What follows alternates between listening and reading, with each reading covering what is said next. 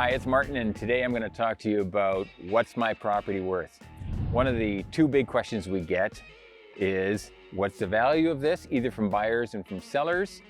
And I'm going to distill how we kind of work that out. If we're looking at a condo, it's going to be a little bit easier because there's going to be a very similar other sales of condos in that building or in similar buildings that are going to give us a good comparable, because to find out value, it's based on what's sold recently, not what's on the market, but what's sold recently.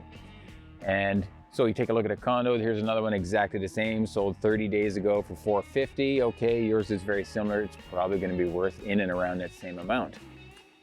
The same thing is with subdivisions. If you're going to a subdivision and there's a lot of similar style of homes, then it gets a little bit easier to put a value on those because we've got other sales that are quite similar and they're going to give us a good basis to go on. Like that house was a little bigger, this one's got a fenced backyard, yours has got a nicer kitchen, so then we kind of put the price in between and figure out where it's going to be.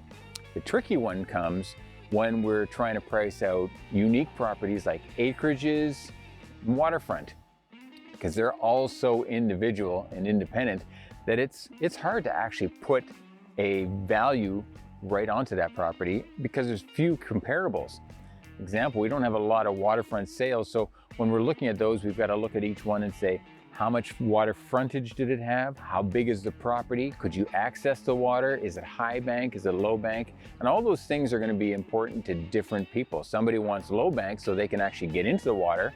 Somebody else goes, no, we just want a view and we want to be on the water, so the high bank is going to be perfect. So it's a combination of using past sales. We can use a little bit of what's on the market now, but it's not a hard indicator because they're not sold. So really, we use past sales and then we add pluses and minuses for what the features are of the property that we're kind of put a value on. And at the end of the day, it's always up to the buyer.